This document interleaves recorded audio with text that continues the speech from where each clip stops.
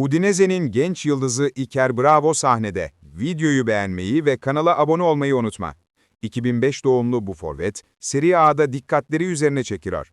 Güçlü fiziği, ceza sahasındaki bitiriciliği ve pozisyon sezgisiyle rakip savunmaları zor durumda bırakıyor.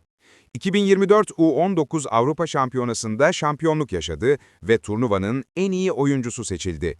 Hızı ve oyun zekasıyla geleceğin büyük golcülerinden biri olmaya aday. Takipte kal. Bir sonraki videoda görüşürüz.